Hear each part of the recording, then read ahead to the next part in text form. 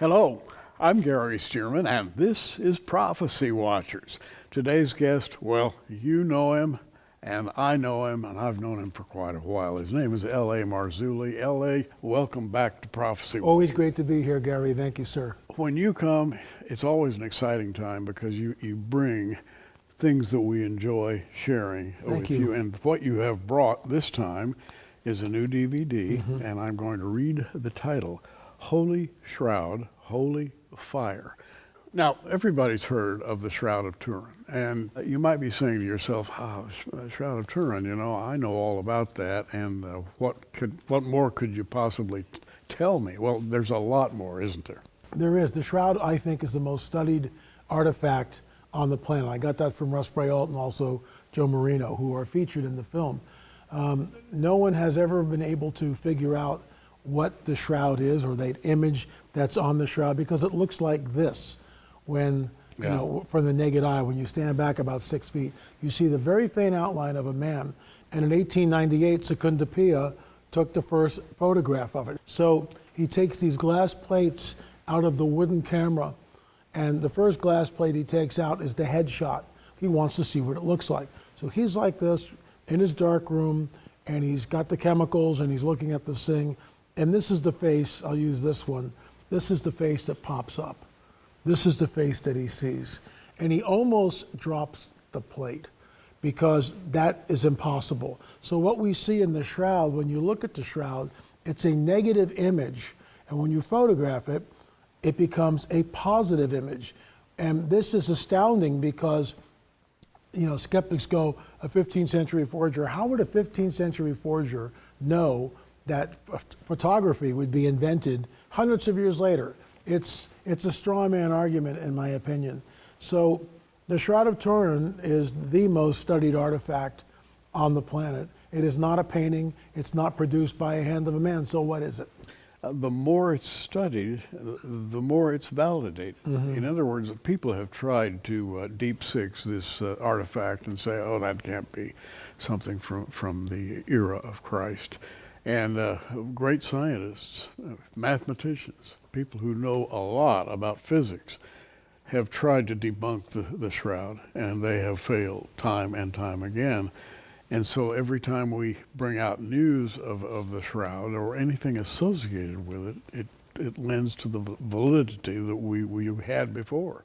Yeah, just recently, Giulio Fanti, who, by the way, we interviewed in the film, came up with an article which went, global, it went viral, talking about that the Shroud, they've now determined that really it's a 2,000-year-old artifact. It's not from the 15th century.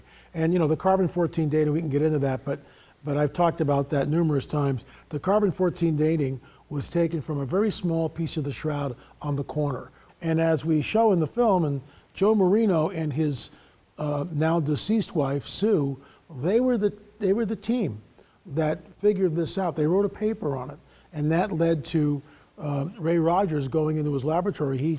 He had pieces from, it's called the Rhea sample, which was right next to the C14 sample, and lo and behold, it's not linen fibers, it's cotton fibers. So that's what skewed the carbon-14 dating and showed a 15th century, forgery, but it wasn't. It was a repair that was done to the Shroud. Now, when you read the Gospel of John, and I'm looking at verse 6 of chapter 20 in the Gospel of John, where Simon Peter comes and enters the sepulcher of Christ, and he sees the linen clothes lying there. And the next verse, verse 7, and, as the King James Version has it, and the napkin, which is wrapped around his head. Now, that has come to be called the Sudarion. Both of those articles of linen have survived to this day. Astounding. Now, that's a miracle. Yeah. And the reason why they survive is because the apostles realized something was going on. And when you think about it, we talked about this off air, Peter handled those clothes. The two Marys, Mary his mother and Mary Magdalene, they handled that linen cloth, and who knows how many people throughout the centuries. Be interesting to try to, get DNA from it. Of course, you can't because the Shroud was basically scrubbed clean about 15 years ago, whatever, maybe a little bit longer. That's a whole other discussion. But it's in the Gospels. And people go, well, why would God do this and all this other stuff? And the shroud's a forgery and it's a trick of Satan. I mean, I've heard all these crazy arguments. No, it's not. It's God's calling card. It's forensic evidence of the greatest event in the history of the world, the resurrection of the fully God, fully man, Jesus, the Messiah.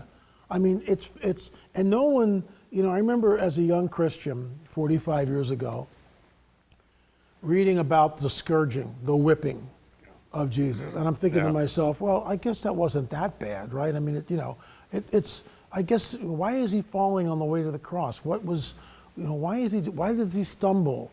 And when you look at the shroud, the scourging is so severe. The only place that they didn't get is right above the heart. Because if they scourged where the heart was, they could kill him. They want to kill him. But every inch of his body, front and back, is scourged, open wounds. So he's in shock. And they place a helmet of thorns over the head. So he's in shock. There's no doubt about it. He's bleeding out. Every inch of his body is screaming in agony. And finally, when he's pinned, it's not in the palm of the hand. It's like this, and it goes at a slight angle and comes at the back of the wrist, and that's precisely what the Shroud of Turin shows, the wound. It also shows the mixture of blood and water coming out, the bilirubin coming out from the side wound.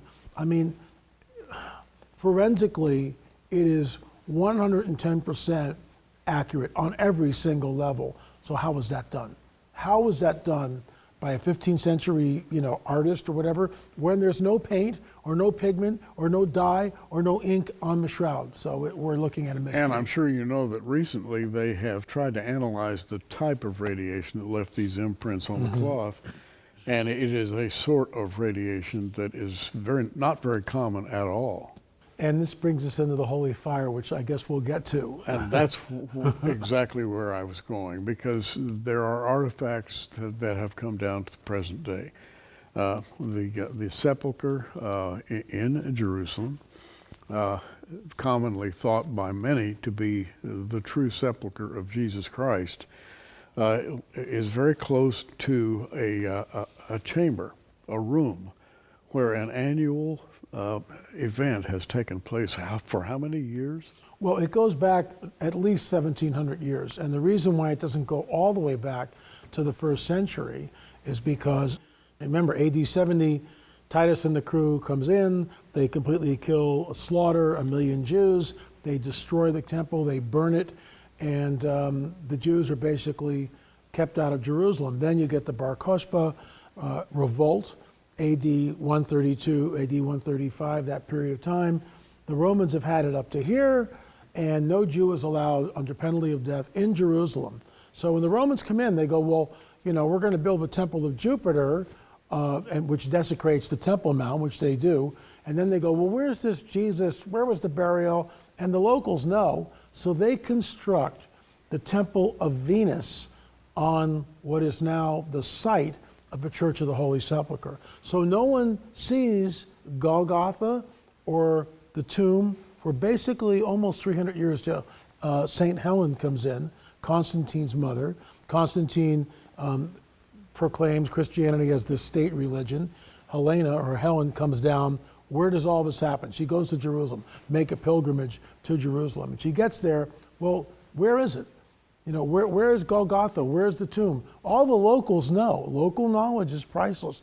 See that Temple of Venus? That's where it was. That's why the Romans constructed a temple. Sure enough, they deconstruct that Temple of Venus, and they find not only Golgotha, but they find the tomb. Remember, anything with blood on it, people go, oh, well, then why would the cross be in the tomb? Because anything with blood on it from the victim, according to Jewish law, would be buried with the victim. So the cross is there in the tomb, and they construct the Church of the Holy Sepulchre. And that's where all of a sudden the holy flame, the holy fire begins to manifest.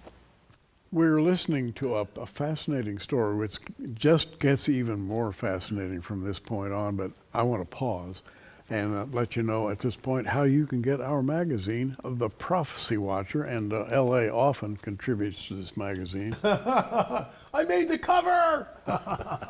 And we'll be right back. The world is unraveling right in front of us. Wars, pandemics, economic collapse, artificial intelligence, global surveillance. Things are changing quickly, but you don't have to be caught off guard. At Prophecy Watchers, we believe that God has called us to be a voice in these last days, to warn you of things to come, to educate you on the study of Bible prophecy, and to boldly proclaim the soon return of Jesus. Today, we're inviting you to be a part of our mission through our monthly publication. The Prophecy Watcher isn't just a magazine, it's your trusted news source for the end times, the place tens of thousands of people rely on for their end time news. For your gift of just $50 or more, here's what we'd love to send you. 12 monthly issues of our 4-color magazine, The Prophecy Watcher, in your choice of print or digital. Plus 5 bonus DVDs packed with eye-opening teachings from prophecy experts, including The Mystery of the Rapture, The Great Apostasy and the Revealing of the Antichrist, Holy Fire in Jerusalem, new shocking discoveries surrounding the Shroud of Turin, The Stones Cry Out, the archaeological evidence for Jesus, The Mystery of the 10 Kings. Could these be the wealthy and influential oligarchs who control our world today? As an added bonus, we want to send you a one-of-a-kind prophetic treasure, a book that examines every prophecy in the entire Bible.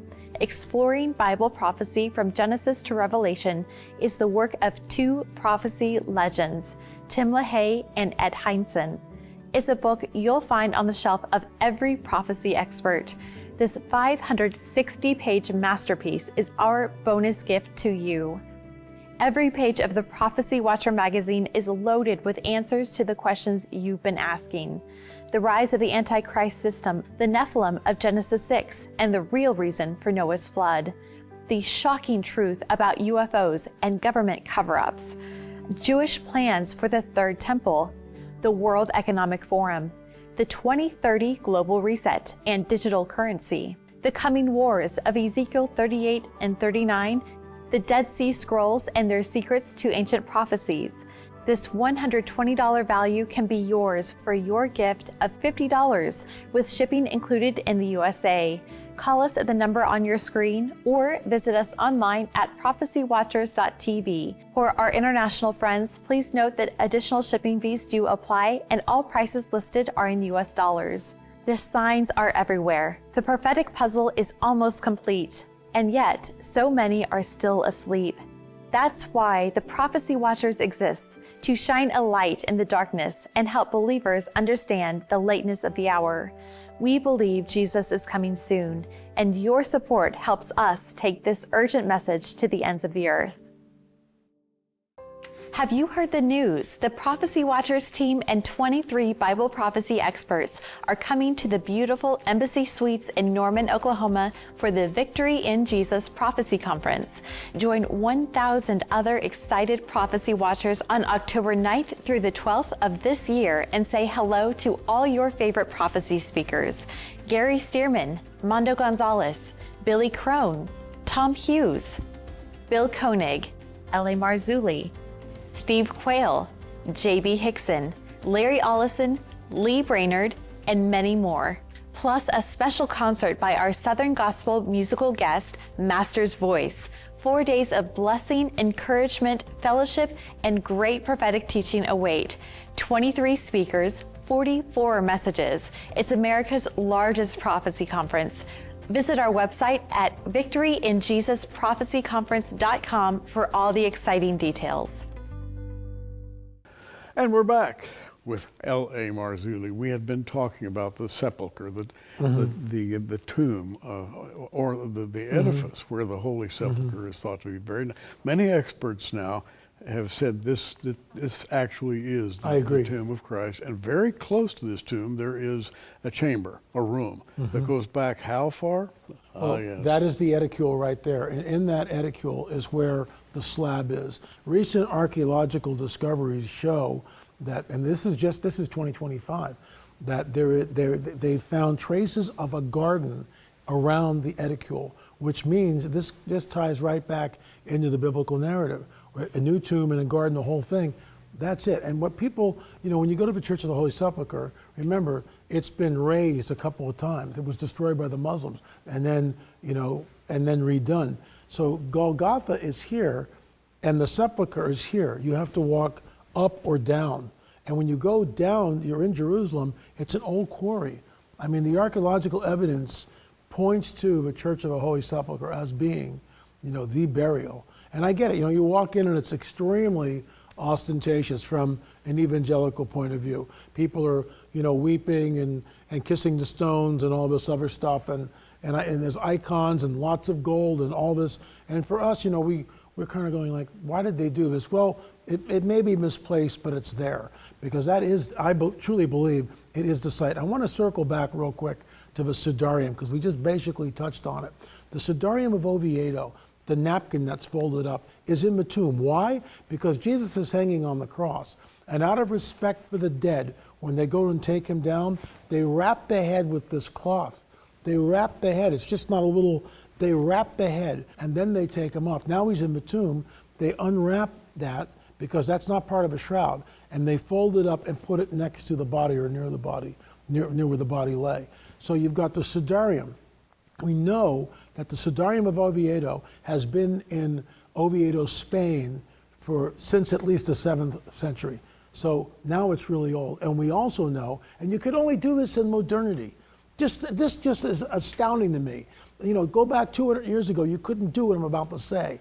That the Sudarium of Oviedo, when you overlay it against the face on the man of the shroud, there are 120 points of congruency, which means that the Sudarium, which has been in Oviedo, Spain since the 7th century, was on the same God, the same man who is in the shroud. And of course, we believe it's Jesus. That's who it is. It's got to be. Absolutely, in my opinion, that's who it is. So 120 points of congruency between the Sudarium of Oviedo and the Shroud of Turin. Unbelievable. Now, unbelievable. Let's get to the story of the resurrection. There's a group of people that goes back many, many centuries who celebrate the resurrection of Christ in a very special way. And that's what a lot of Holy Shroud, Holy Fire is about. Yes, it is. And what's interesting, and before I touch on that, I want to give, people go, Holy Fire, well, that's not biblical. Oh, yes, it is. So Abraham cuts a covenant with God, but God, the Lord, Yahweh, Jehovah, puts Abraham into a deep sleep. All the animal carcasses are there. They're all lined up. They're about to cut a covenant. But who goes in? Who goes in? Well, it's not Jesus. It's not God the Father. There's this flame that's there, flaming torch. Remember, the people that are recording this, and it's in the Torah, they're trying to get their head around what they're really seeing. So that flame goes through. Moses, skip centuries later to Moses. Moses sees a burning bush that does not burn. What the heck is that? You see the way we skip over these things? But that's miraculous. That's, take off your sandals, Moses, this is holy ground. Then we go to the pillar of flame. What's that? That guides and guards the Israelites on their journey. Finally, on the day of Pentecost, what appears over the heads of the apostles, the people in the upper room? Tongues of flame. It's there. In my opinion, it's the Holy Spirit. So it's just like, and this is something that Russ Brault says in the film. Isn't it just like God to take something that's been manifesting for 1,700 years and completely hide it until now? I never heard of the Holy Fire until Bob Orr called me and said, "Hey, have you ever heard of the Holy Fire?" And that led to the production of this film. And it's been going on for 1,700 years. Now, the Holy Fire takes place on a certain date every year, a certain group of people, and it involves, again, the celebration of the resurrection, but in a way that we can hardly grapple with. How does this happen? What is it? Tell us about it. The patriarch, the Orthodox patriarch, goes in. He's got candles. And according to his handwritten testimony, what they see is they say some prayers that have been handed down for centuries, and all of a sudden, this blue flame begins to undulate over the slab, which turns into a pillar of fire. And by the way, there are windows outside the edicule that you can peer into and see all this. No cameras are allowed, but you can see it happen. And then he comes out, his candles are lit, and it's what you see here. It's passed throughout the faithful. And here's what's interesting, and this has been scientifically proven, that for the first 10 minutes, the fire from the holy fire does not burn. And in our film, we show this woman going like, holding it right, and she's got a sweater on. I mean, if that was fire, her arm would be, the sweater would and burst into flames. We don't see that. She's like this. Giulio Fanti takes his candles and goes like this underneath his face. So, what is it? We believe that the holy fire created this. It doesn't burn, it just scorches. And that's what the image. So there's also a Russian scientist who was in the edicule. This has been going on for how long? 1700 years. Okay. Yeah. Why is it just now coming to light? It's just, why are we just now talking about this? That's my point. Why are we just now in the West hearing of it? Because the great schism happened between the Orthodox Church and the Catholic Church. It happened, that great schism.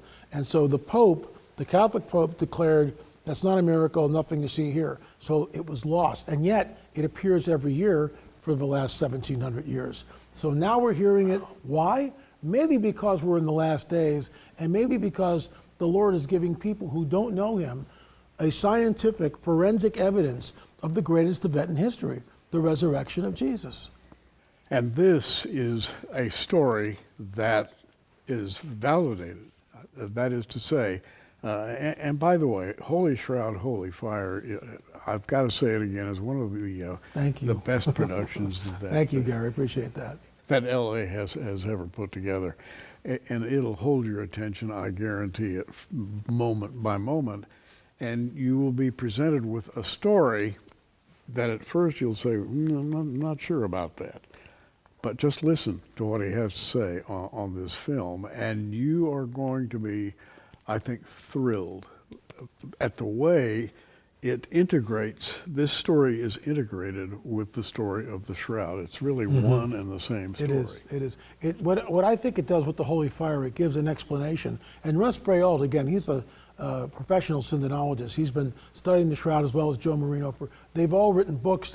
Russ tours, and Joe now heads up Shroud.com, which is the late Barry Schwartz's website. But what it does offer is an explanation of how the image was produced on the Shroud. We also, from our Watchers series, Dame Isabel Pixick, she passed away also, a world-class muralist. Her paintings hang in the Vatican, but she's also a particle physicist. And she gives this explanation of how the Shroud was produced, which is just mind-boggling. Holy Shroud, Holy Fire. Let's pause so you can find out how you can get your copy. The Shroud of Turin stands alone as one of the Bible's most controversial mysteries. Who saves a burial cloth with an invisible image on it for 800 years? It must have been extremely valuable to someone, passed down from generation to generation. Is it a Catholic relic? Is it a fraud? And why can't we duplicate it with lasers and our advanced technology? Did Jesus leave behind proof of his resurrection for the doubting Thomases of the world? After many years of study, we believe that the image on the linen cloth is none other than Jesus. But how did it get there? We've often called it resurrection power, but recently we were stunned to discover what we believe is the divine source of that image. It's the subject of LA's film, Holy Shroud, Holy Fire. For 1700 years, this event has been taking place in the Church of the Holy Sepulchre in Jerusalem, where many scholars believe Jesus rose from the dead. What took place is hard to believe until you see the picture of the actual plasma fire being passed down from person to person without anyone being burned. Is this the fire of God, the burning bush, the flaming tongues at Pentecost? You must see these images on LA's DVD for yourself. It's available for your gift of $30 or more with shipping included in the USA. It comes with an extra bonus DVD, Holy Fire in Jerusalem, an interview with longtime Shroud researcher Russ Brialt, one of the world's leading authorities on the Shroud. We also have an exciting package that includes Russ's book, Shroud Encounter, along with a third DVD that answers the critics of the Shroud. The book and all 3 DVDs can be yours for your gift of $55 or more, with free shipping in the USA. Call the number on your screen and ask for the Holy Fire in Jerusalem package, or visit us online at prophecywatchers.tv. For our international friends, we'd like to let you know that LA's DVD is available on our on-demand website, so you can purchase this digitally and there's no shipping required. Wouldn't it be just like Jesus to leave behind a receipt of the resurrection? One day he may ask you that same question he asked his disciples: "Who do you say that I am?" Be sure you know the right answer. Make sure you have a personal relationship with that crucified man today. He gave his life for you so you can live forever. And we're back with L.A. Marzulli, and we've got about 3 minutes to wrap this story up. And it's an exciting story. I'm kind of a skeptic.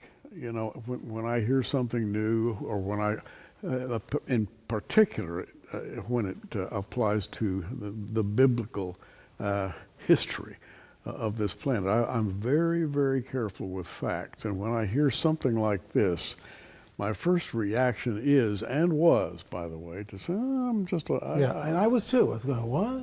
What's going on here? And I think that you make a very good case. Isn't it interesting how in these last of the last days, the Lord is revealing things to us? And I just find that incredible. And I'll close by saying this. This is forensic evidence. I can't stress this enough. Forensic evidence of the greatest event in all of history, the resurrection of the God-man, Jesus of Nazareth. Remember, 1898 is the first photograph. 1898 is when, for the first time in 2,000 years, you know, see it's this. fairly interesting that 1898 marked the birthday of Israel. There you go. Gee, what a coincidence. What a coincidence could that? I'm sure it didn't happen on purpose. Oh, absolutely not. Yeah. Amazing. These are exciting times. They certainly LA, are, Gary. And I'm very, very pleased that we can offer Holy Shroud, Holy Fire, because it'll make you stop and think. And the production qualities on this film are also extremely meticulous.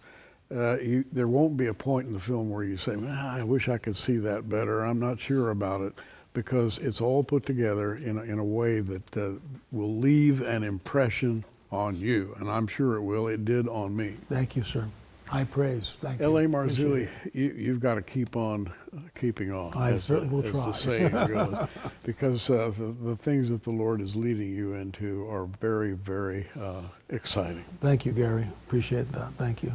And pray for L.A., by the way, in his work, that he'll produce yet another story for all of us to enjoy and to learn from.